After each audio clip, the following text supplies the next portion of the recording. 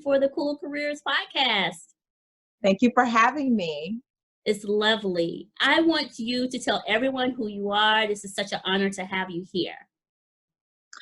Well, it's an honor to be here as well. Again, thank you for having me. My name is Summer Jackson. You see Summer Jackson Cole for the whole name, but on air, which is part of what I do in life, is I use Summer Jackson, so my maiden name. So nevertheless, I am a journalist, lifestyle expert, professor, communications expert, all of that. So I do training and development, a little bit of everything, but the common thread between everything that I do is communications. I also do a little bit of acting as well, but again, all of it is encompassed under the umbrella of communication. I love communications.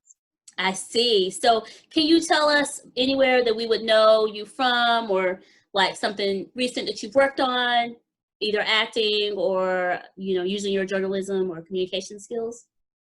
Well, I am based in Atlanta. I'm originally from Chicago. So I've actually worked in television all over the country, primarily at affiliates. So whether it's an NBC affiliate or Fox affiliate. But thankfully, since moving to Atlanta, I've had the opportunity to work on 2 national shows in addition to working locally as a freelancer. And so I have worked for Sister Circle, which was, unfortunately, it's no longer on, but thanks to COVID, I guess everything keeps changing. But yeah. So who knows? You never know, right? So I work for Sister Circle, which I have had a weekly and bi-weekly shopping segment with them. I would also fill in, co-host on the show. And I got the amazing opportunity to be their freelance correspondent as well. So I got a chance to cover red carpets, interview celebrities like Usher and Forest Whitaker and all those folks at big film premieres that happened here in Atlanta. I also worked for a show called The Daily Buzz. And unfortunately, that show's kind of changed out as well. So lots of things are changing as usual in the media industry. Things are always coming and going and in and out. So I work for The Daily Buzz, where I've been an on-air personality as well as a producer. And that was also for a company called KEF Media. So I would do satellite media tours for them as well. So I've worked with various brands, whether it's been Home Depot, just a variety of different brands, and talking about their products on national media tours.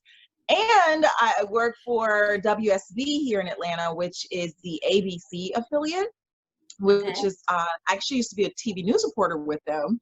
And I currently do sales segments with them on a segment called the 460 segment. So people can see me pop up during the 4 o'clock newscast and speaking with local entrepreneurs and businesses about, just products and what they offer the community here in Atlanta. So lots of exciting things in the television space. So those are some spaces you can see me in, and hopefully some new things will pop up.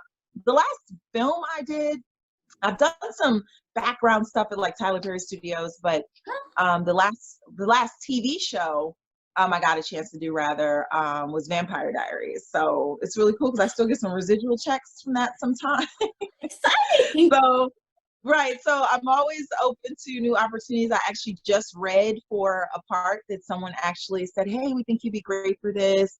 Do you think you'll read for this? I also do hosting, emceeing, like live event emceeing. So I've done that. So that's the media stuff you asked if people could see me. And throughout the semester, last semester I started teaching adjunct at Clark Atlanta University here in Atlanta. So that's really exciting because I love teaching as well. I love sharing what I've learned and my knowledge in the media industry to up and coming communications folks as well. So that's been fantastic. I'm trying to see, so you can see me in a classroom. And then I also do some work with Georgia State University and host training and development workshops for them and their students. So you can see me in all those places. You are all over the place, Summer. This is why I have you here. All over the place, juggling projects and clients. And this is why it's such an honor to have you here, because I know you've got so much going on. So this is very much. I try to keep it busy and stacked, booked and busy. That's the way I like to be. Now we're going to go to, you know, kind of our connection, because I love, you know, kind of talking about connections, relationships. And so you and I have a mutual friend, and we connected with instant, I mean, there was just so much girlfriend chemistry going on. We Oh, Cheesecake Factory in Atlanta last year for hours with drinks and so many laughs and funs. But I really appreciate you being a part of the original conversation, or being a part of the focus group of me having the podcast all together and just getting your ideas. I mean, you were at the beginning, so here we are. This is a full circle moment here, just from you being and just giving your insight on my ideas, and then me executing those, and then me inviting you to the show that you kind of helped create. So thank you, Summer. Well, you are very welcome. I'm very impressed with everything you have going on here. I love the double boxes we have. That's what you call it in TV speak. It's great. I really am proud of you. It's actually really inspiring. You're making me want to like develop some content and really focus on getting it out there. I think this is fantastic, and people definitely need it. People need all sorts of. Like you have you have so much more time in the day. In your off time, you can create your own show. I can do it. I would love to. Like I said, my thing is, like, I really do better when I'm busy.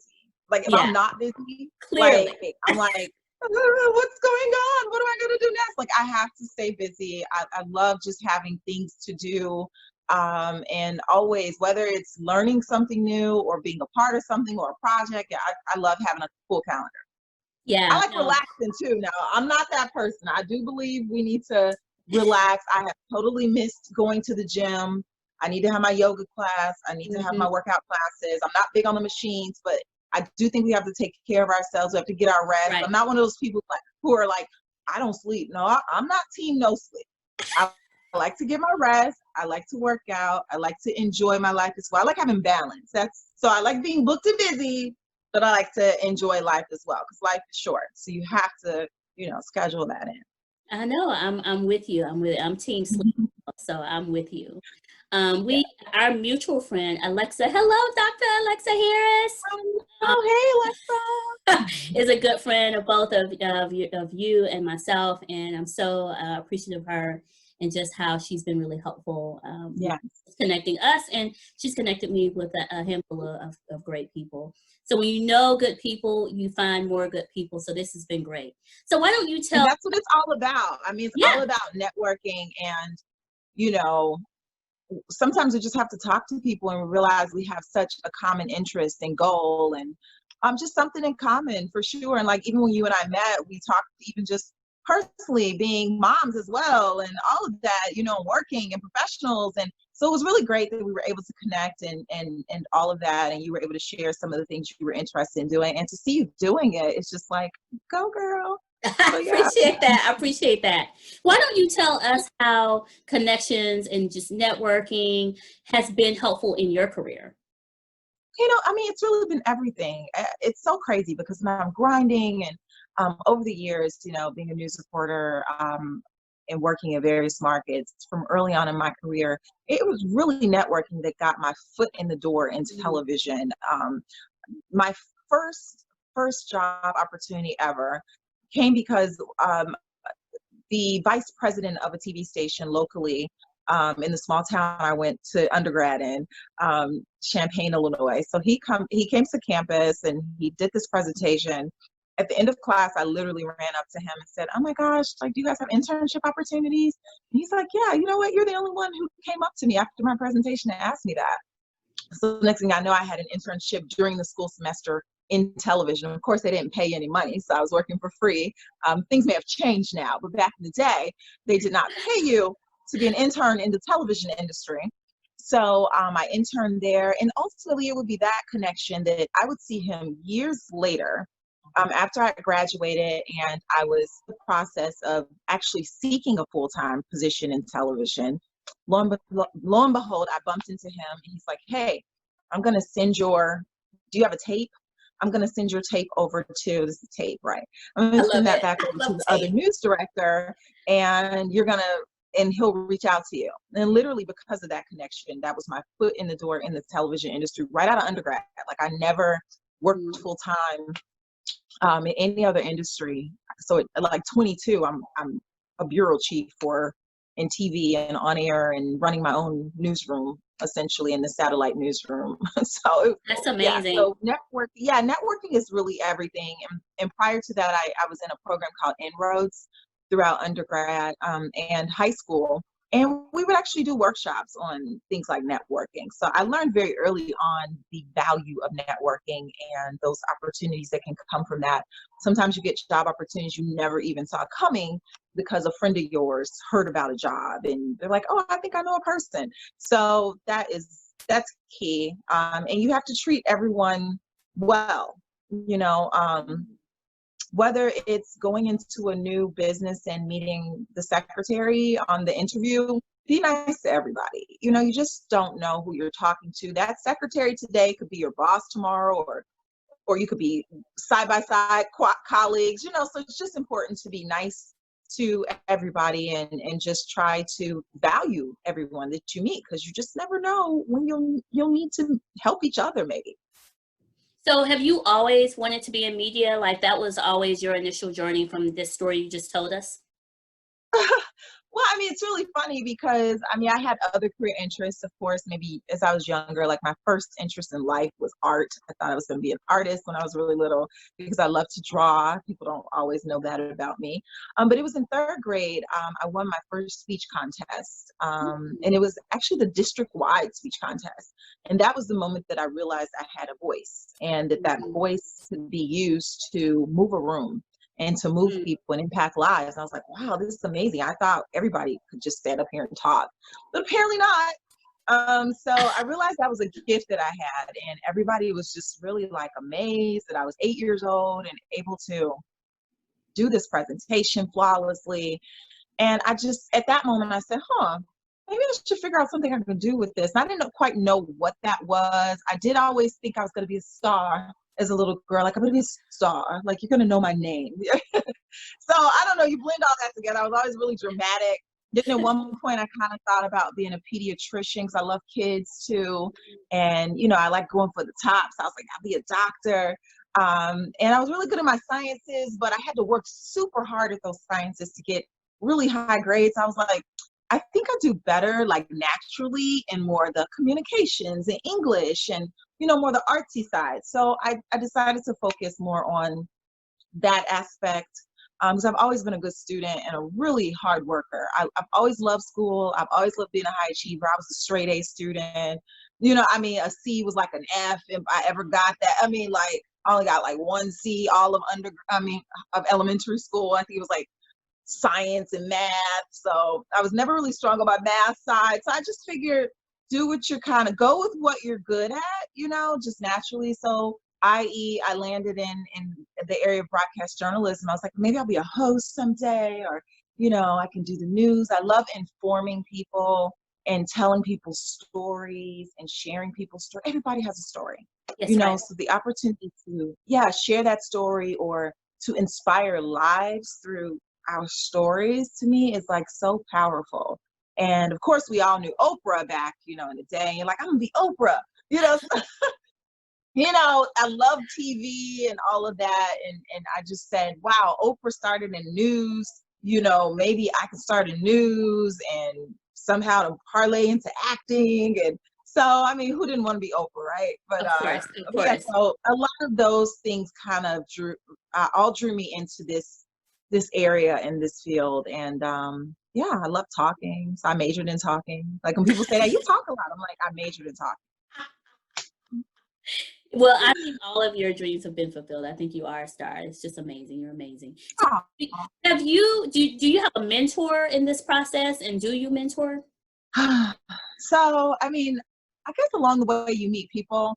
I wish I had a really good mentor throughout my career. I think that would have made all the difference in the world. Of course, you meet people along the way to mentor you, but I wouldn't say I've had one mentor. I'd say as far as, I guess my real life mentor is my mother. She's the one I go to for advice and I love that. Obviously, she's not in broadcasting, but she's very wise and has lots of knowledge about a lot of things. And so I tend to go to her for her wisdom, whether it's a professional question or a personal question.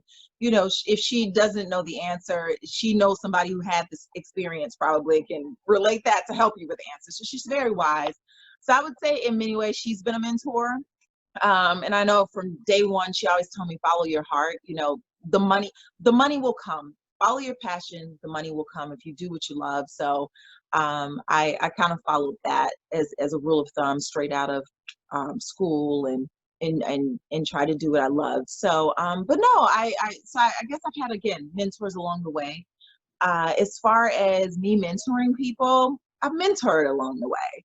Like, it's so funny. One of my mentees is actually a boy. One of them is a boy. Okay. You think that, like, oh, girls are always asking questions. So, and I've had girls like write me or email me, ask me questions.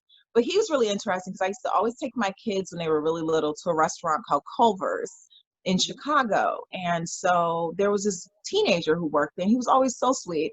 And he started talking to me. He's like, yeah, I'm going to college, or I'm starting college next year. And I told him about the Inroads program. I was like, oh, you're majoring in business. You got to do Inroads. And literally, I tell a lot of students to do that. He did it, though. Next thing I know, he comes back. He's like, I'm in Inroads. Next thing you know, he's like, I have an internship at this corporate company.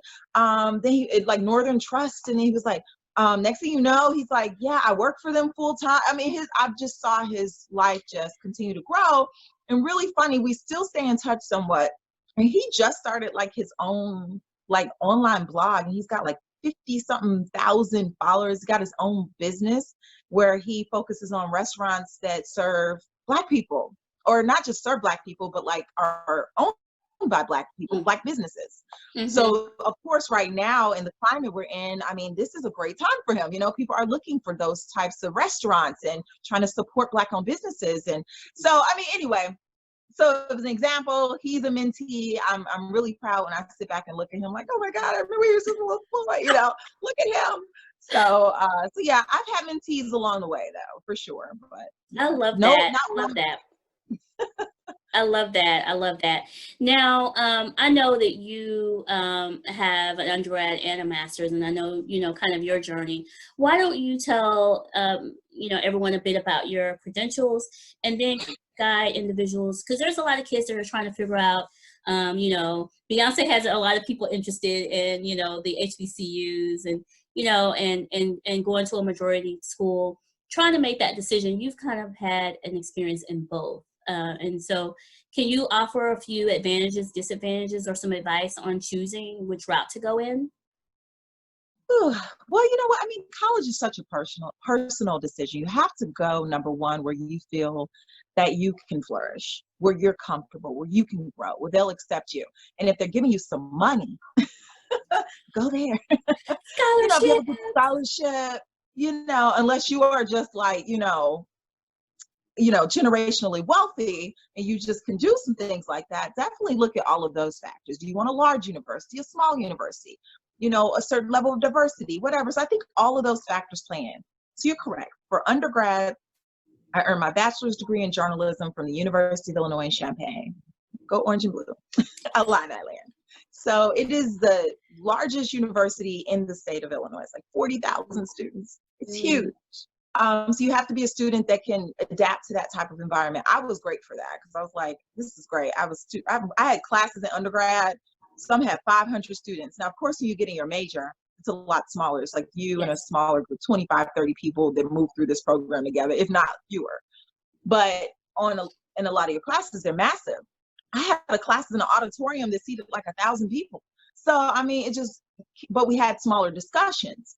So you just have to be able to flourish in that type of an environment. I liked it because I was very independent and I loved the autonomy that afforded me in many ways. I wanted to go to Howard University for undergrad and I got in, but I wasn't really sure once I visited if that was the right move for me at undergrad because I was like, it's so far away and it was very urban campus. I just didn't know if that was where I needed to be right out of high school at that time. So yeah, U of I was more of a traditional campus, a small town. I love the fact that it was a couple hours from Chicago. I was able to, once I got out of the dorms, oh, I begged my parents, please let me get an apartment off campus with my roommate, my friend.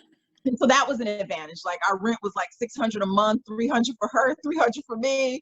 It was great. You know, where are you going to get? You can't get that in DC. The good old days.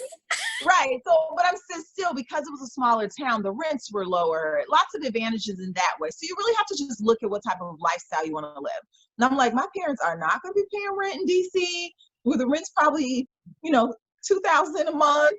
I would be on that campus all 4 years. So there were some things I just had to realize what I wanted. So once I realized those things, I was able to also get a car. They got me a car. So I was able to throw all my stuff in the back seat and get home in a couple hours. I got used to that lifestyle. Living the life. Yeah. Living And the life.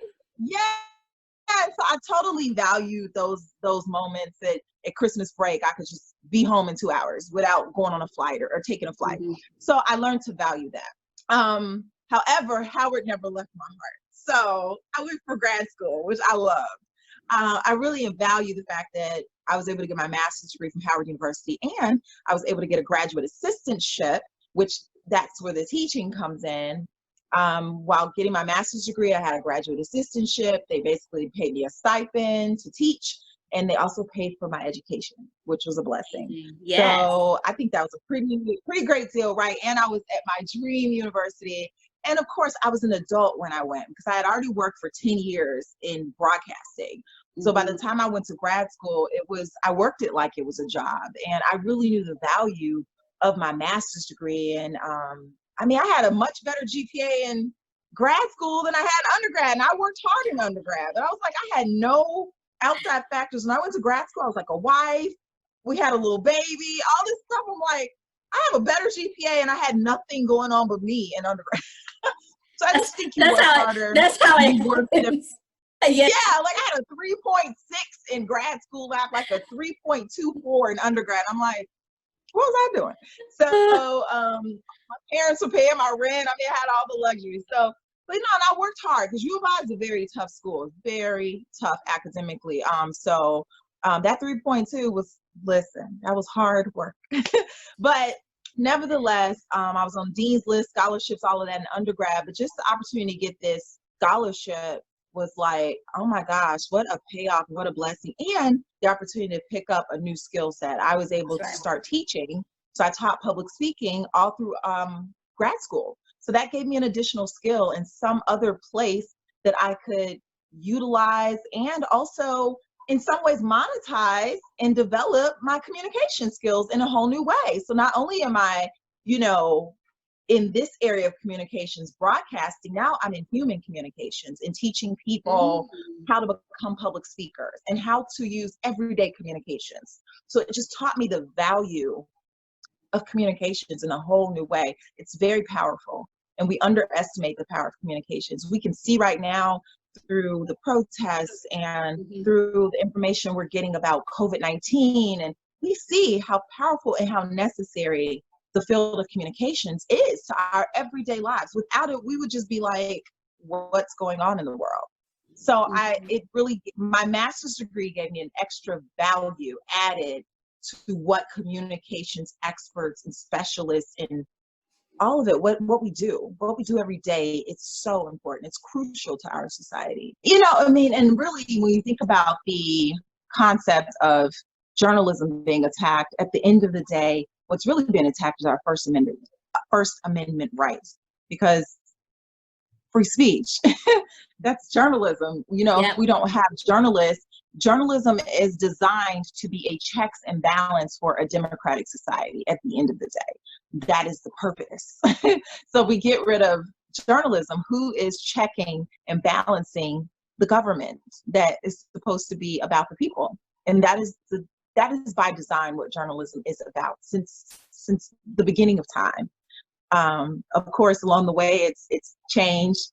Now we have a little more yellow journalism with sensationalism, you know, obviously. But at the end of the day, that other content is great. But when it comes down to news and journalism in and of itself, it is by design created to be a voice and to keep the public informed about what is going on within a democratic society. So that's what it's about at its heart.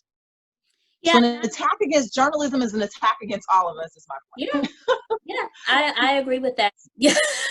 No, you've done, like, Summer, you've done everything. I mean, you really went through when you first. Oh, you are sweet. You say you've done anchoring, reporting, paneling, public speaking, teaching, coaching. Like, I know this communications, this is your passion. Like, what's your favorite thing to do? And what are you going to be doing in the future? Like, what are your other plans? Are there some things uncharted just yet? You know, I'm really that type of person. I feel like I have been blessed with a lot of gifts and skills. So I feel like, why can't I use them all? I know a lot of people say you have to focus. Well, I am focused. And actually, everything that I told you, those weren't things that I planned to do. The only thing when I first started out in undergrad and graduating, I just wanted to be on air. I want to be on TV. I want to maybe be an anchor, reporter. That was it. When I learned to produce, it was because an executive producer needed me to anchor and produce. She was like, "You want to anchor?" I'm like, "Yeah." She's like, "We need somebody to fill in for the interim because the guy that was supposed to take the job's not taking a job. Can you do it?" And I was like, "Yeah." She's like, "You have to produce too." I was like, "I don't want to do it." So next thing I know, what am I doing? I'm anchoring and producing. So I learned to produce. And once I started producing, I was like, I like producing. This is where you make all the decisions. This is where you really use your mind and get strategic.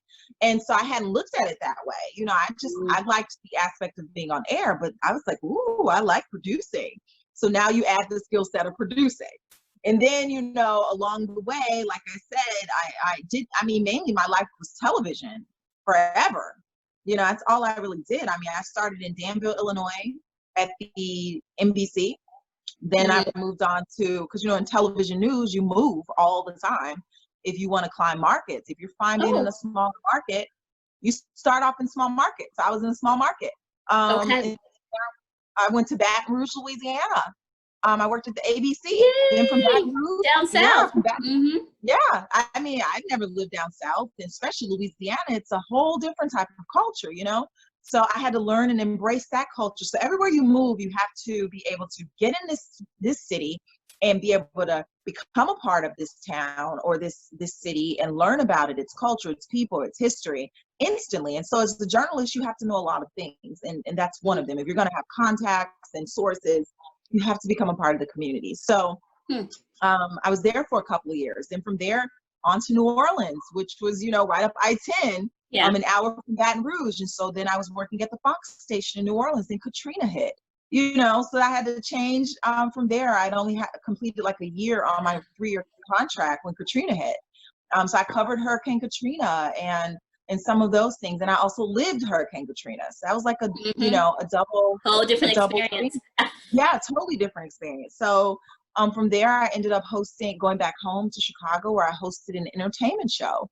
I freelanced in news for a little bit. Then I ended up getting a full-time position as an entertainment host and reporter on a show called Metromix on CLTV, which is owned by WGN, which is the superstation around the country. So from there, I came back down south to Atlanta, where I worked at WSB as a news reporter, which is the #1 ABC station in the country. So, and then after that, the crisis with the financial crisis. So that was when I decided to go back to graduate school, because I really wanted my master's degree. That was really important to me to continue my education. I feel like, for me, education is like really a big piece of my life. And I know some people aren't as, you know, big on it. And a lot of people told me, oh, you don't need a master's degree. But you know what? Look what happened. Once I got the master's degree, I ended up landing the scholarship opportunity and the stipend to teach at Howard University. So now you add teaching to my resume. I wasn't necessarily trying to do a lot of those things. That's what I'm trying to explain.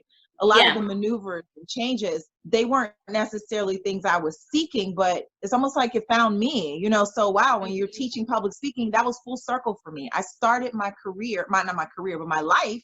And when I was 8 years old, what did I do? I won my first speech contest. Now I'm teaching other people how to speak and present. And to think, over the years, I had hosted many events for organizations and charities and all of these things. And here I am now being able to give that back. So now you have the teaching element.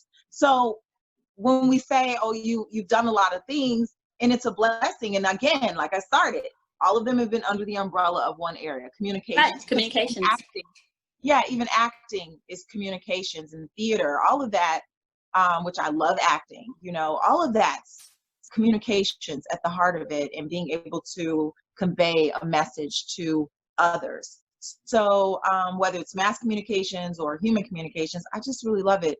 As far as what's next, or if there's an area, I mean, when I was before I went to college, I told you I was in the En-ROADS program. Through En-ROADS, you actually get an internship in corporate America. So I interned in corporate America for every summer and winter break during my undergraduate education. So I interned at Northwestern Memorial Hospital, which is the preeminent and largest hospital in Chicago. And they're the hospital that back in the day when the Bulls were the winning team, you know, you saw Michael Jordan's story, his documentary, Last Dance.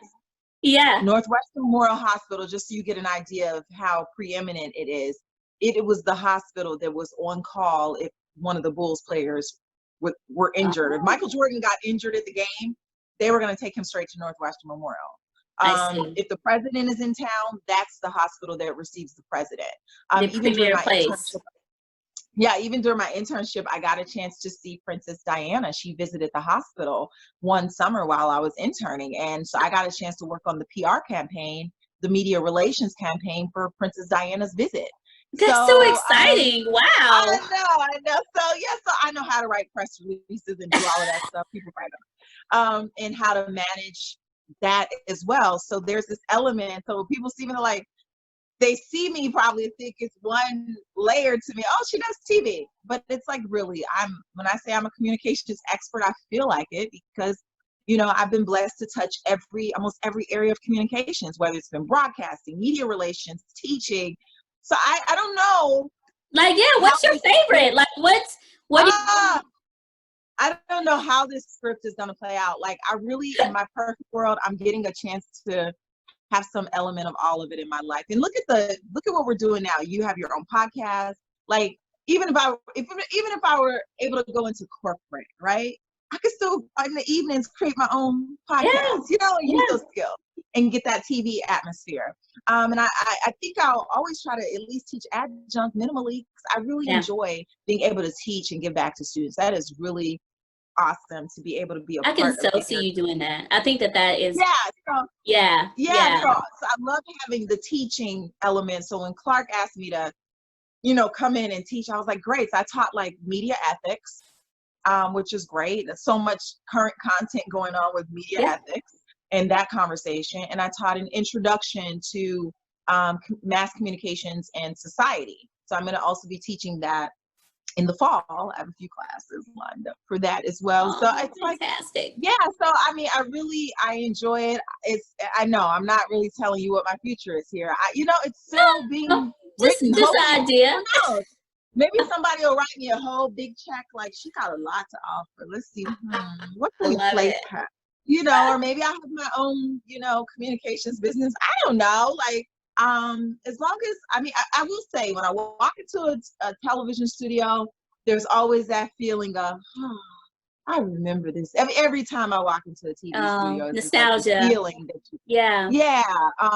so no matter what the environment, it's just like, this is my space, you know. But then again, just being able to be in this field for me is just what I know. It's what I know the most. So the script is still being written on the next chapter for me.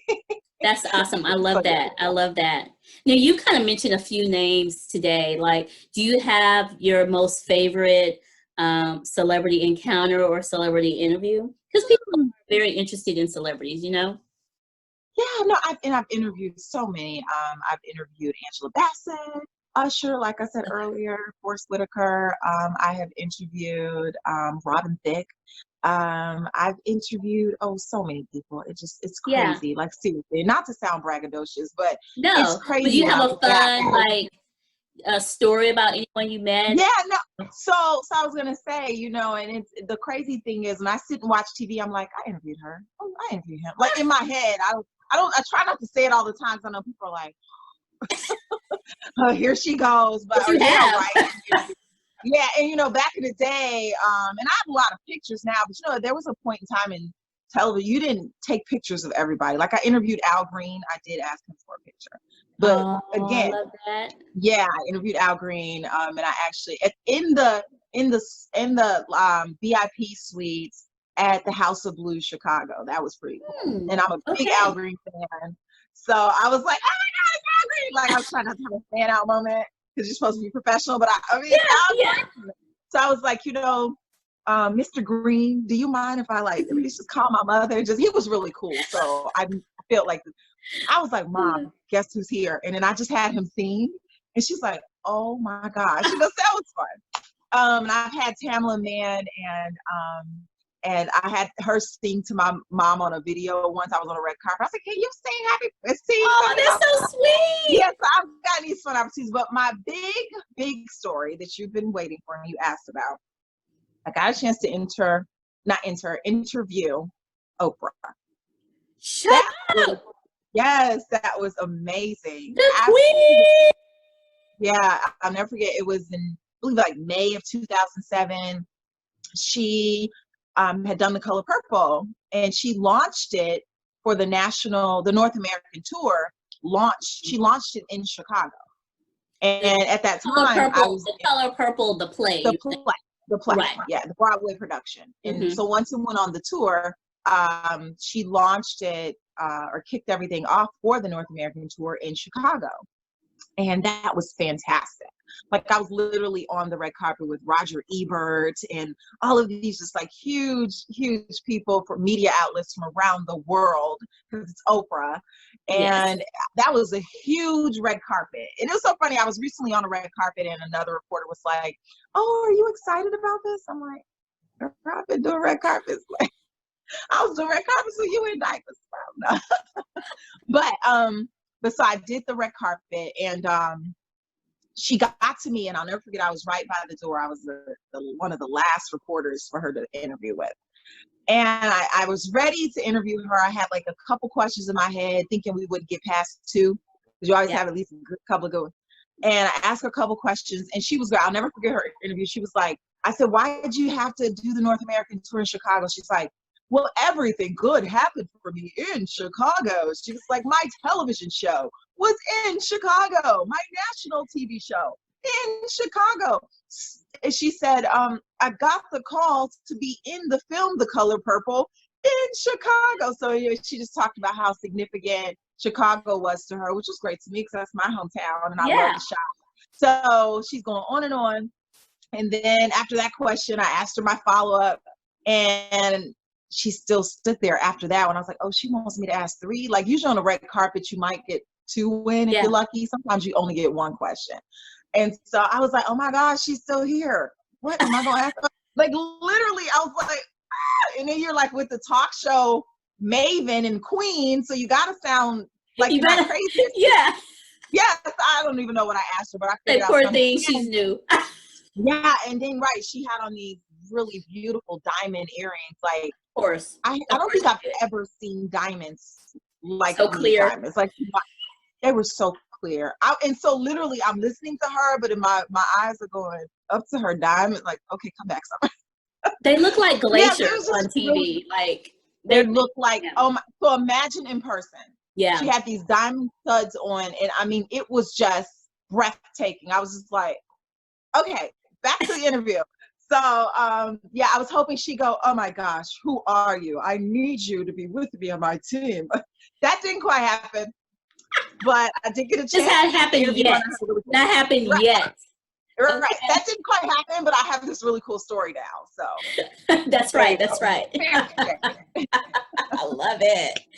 Oh my goodness. Well, everyone has been, I just feel like there's very few people that haven't been inspired by Oprah. I mean, I'm not in journalism, really inspired by her just being, a woman and just her sharing her story with us for, all of our lives. I think we all feel like we've been raised by her partially, like she's been a surrogate, auntie or friend, and it just, I remember her last season of the show when she talked about, fans are having kids and grandkids. And they would come back to the show. She was like, so yeah, I've had the show for a while. And I love that. Yeah. I remember her as a kid, and I remember her as an adult. And it's just, and I still watch the shows on YouTube and that sort of thing. Timeless classic show. She's timeless and classic. So I think she's kind of taught us how to, how to be, and, someone to kind of inspire to just being, true to yourself, follow your dreams. Yeah. So she's amazing. I mean, that's. And she's broken so many barriers. Yes. And I love the fact, I loved her business savvy as well. Like, she owned her show. Like, Right. to me, that was always significant. Like, no one owns the Oprah show. She owns the Oprah show, and now she owns her own network. Right. I think that's pretty amazing and significant, especially for a woman of color. Just the boundaries that she's been able to break, and in our society. And so I just think it's amazing. And like you said, I love her storytelling. She's definitely told many stories and over the years, and she's an icon. So it was really a blessing and pretty amazing to be able to interview her. And Well, congratulations. I know that's epic. I went to the Oprah show. This is not about Oprah today. But I did attend the Oprah show once, and so it was a lot of fun. And we received some gifts that day. I forget what's the actor's name who had like a spaghetti, and Paul Newman had spaghetti and salad dressing. He had like a whole food chain line, and so that was there. And then we met Susie Orman, and she was there. So we got a book that day, and then that was during the time she still did the behind the scenes or after the show, but she wasn't filming it because, later on she does the after show. So there was a segment, after the show where you stay and people talk, and it was a whole experience. I'm a huge, there's no words for Oprah and my love for Oprah. So, I mean, she's everything. Now, I know, Summer, you are a mother. You've had this amazing career. You've gone to grad school. You're a professor. How do you juggle it all? Do you have any tips for people that are trying to do it all or have it all, whatever that all is? Yeah, I mean, I believe you can have it all. Maybe just not always at the same time. Yeah. That's what I think. I think that, we get a chance to have things in segments sometimes. There may even be a season where it feels like everything, you really do have it all, whatever that is for you. Mm-hmm. But I think, again, it's best described as you can have it all, but usually just not all at the same time. For me, especially once I became a mom to my two daughters, Jory and Sky, it was really, between, it really became setting the priority from day one that they were my top priority. I think you have to make that decision. And I don't know, sometimes it could, for some people, conflict with career, but I don't think it has to. I think everything can have its space and have its, and I think when you are giving of yourself to your children, they don't grow up lacking, and they don't grow up lacking you. So with my schedule, we're really busy during the week. I'm like, okay, kids, on Saturday, we are going to the aquarium. We're going to go, so that's how I've always been with them. Like, if it's super busy, or I feel like, oh my gosh, I haven't really gotten a chance to hang out with you guys, in the last few days. Okay, we're making up for this on day. So it's like I've always made them and their happiness and their childhood a priority, because these are their childhood memories, just like we all have childhood memories. That's my thing. I love making memories. That's what I call it. Making memories with my kids, because that's all they are in hindsight. That's all we're going to have are these memories, and they're going to have their memories of me as a mom. And I don't want those memories to always be like, she wasn't there. So whether it's, sometimes I've had to, like, when they were really little, I can remember, and I was working in Chicago at WCIU as a segment producer and reporter for 4 years. And so when I started that position, my youngest daughter was 3 months, and my oldest daughter, who had kind of gone through graduate school with me, by now she was 3. She was 2, turning 3. They're like 2 years and 9 months apart. So almost 3 years apart. They're 3 years apart in school. And sometimes I'd have to take them to the station with me. I actually have a segment where I would include them in segments. They did like an April Fool's segment, and I suggested we have the kids come in, one of the host kids and my kids, and they acted like they were the host of the show, Gene and Melissa, and people were like, and they were like, April Fools, you know. So I would figure out ways to incorporate them in stories. I remember once they needed some kids on the show to play with some toys for the Christmas holiday, like these are the big toys coming out.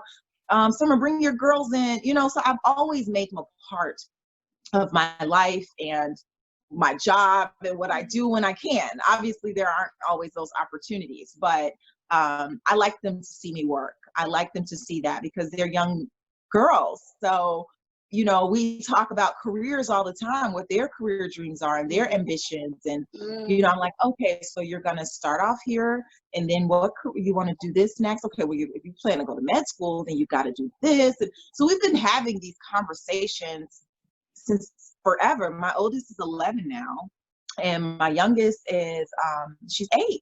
So it's like I've always been talking to them about their careers and their dreams. And not only am I talking to them about it, I'm living it. I'm living my career, living my dreams, and working in an area that I enjoy. So that's what I'm pushing for them to do. So I think that we parent by telling, we also parent by showing. I love it. Now, from a, you know, social, you know, I wouldn't say social media, but from a communications expert, is there a social media tip that you give out often that people ask you about, and something they want to work on that you think that you kind of live by when it comes to social media? Well, I don't know. For me, I feel like I'm a work in progress when it comes to social media too. Number one, I'm actually a very private person. So it took a lot for me to get into a space where I felt, you know, okay with being like, oh, look at me. Look what I did. Look where I went. Look at the food I'm eating. Look who I interviewed. Look what I did at work. So I really started looking at it from a perspective of work, since I am, you know, in a field that requires you to be out front. So I really started trying to use my social media personally in that space. So I would encourage anyone, whatever your space is, you know, use it in that way and build from there, because you're going to be comfortable talking about what you do, your job, you know. So I think kind of you work, like for instance, yourself. So you're in recruiting and HR. So if you build your social media from your professional platform, so now it feels beneficial. Like I'm talking about this because this is my area of specialty. Then I tend to pepper in a little bit with my kids, because that's a huge part of me being a mommy. So those are two big spaces that I tend to talk about on social media. But also, I love fashion. So you might see a fashion post on there with me talking about, ooh, check out my favorite animal print, you know, ballet flats, or, you know. So I try to keep it to my personal interests, and that makes it feel more organic to me. It makes it feel more natural. I think if you force anything, it makes it feel like it's not authentic. So whatever you're doing in the social media space, and especially in a world today where everybody likes to keep it real, I think it's best that, you know, in a space today when we like to keep it real, I think it's best that you do just that. Keep it real and authentic to yourself. And I think the followers will come. I think you engage with them. Each platform is different. Remember things like IG is one thing, LinkedIn is one thing, Facebook is one thing, and they may all be different communities for you. Twitter is one thing, and use them accordingly. And I think you'll feel more confident in that space, and just post regularly and be okay with taking breaks. Okay. I mean, I feel the same. Sometimes I just kind of like, I can't do it. I need a break. And I disappear, and then I'm like, hey y'all, you know, I'm back. but, yeah, I mean, you gotta do what feels good to you. I think that is what to live by, is just do what feels good to you, because otherwise it's just gonna feel forced, and it'll feel like another job, another thing to do. Make it fun for you. Yeah.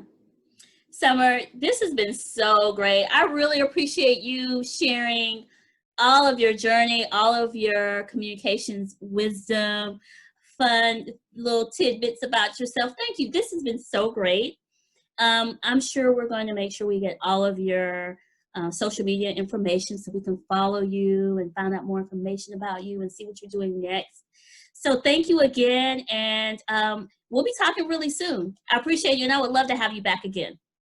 Thank you. It was indeed a pleasure. I really enjoyed this conversation, and thank you for letting me talk about my career and some of the experiences that I've had. And, you know, every time you talk about your career or your area of specialty, it really makes you realize that it's just that much more special, you know, when you bring it all together and discuss it. Because how often do we sit down and talk about ourselves or our career paths? And it In really great does. detail. Yeah, great detail. And it does make you feel like, well, maybe I've done a couple of things or two. Right. So I did that. I forgot. I did that. Yeah, that's me. I did that. Yeah, girl. So I'm really grateful for this space. And yes, please follow me. I live a lot on Instagram. I really enjoy Instagram, probably the artsy side of me. Instagram's all about pictures. Now they're doing the video a lot more too. So I enjoy Instagram. Facebook, I usually keep for the family and the friends from college and all of that. But I'm on Facebook as well. And I'm on LinkedIn. But as far as my social handles and Twitter as well, at Summer Jackson TV. So that's another thing. Make sure your branding is the same across the board so people aren't like trying to figure out who you are, where you are, how they can find you. So that's my last tip.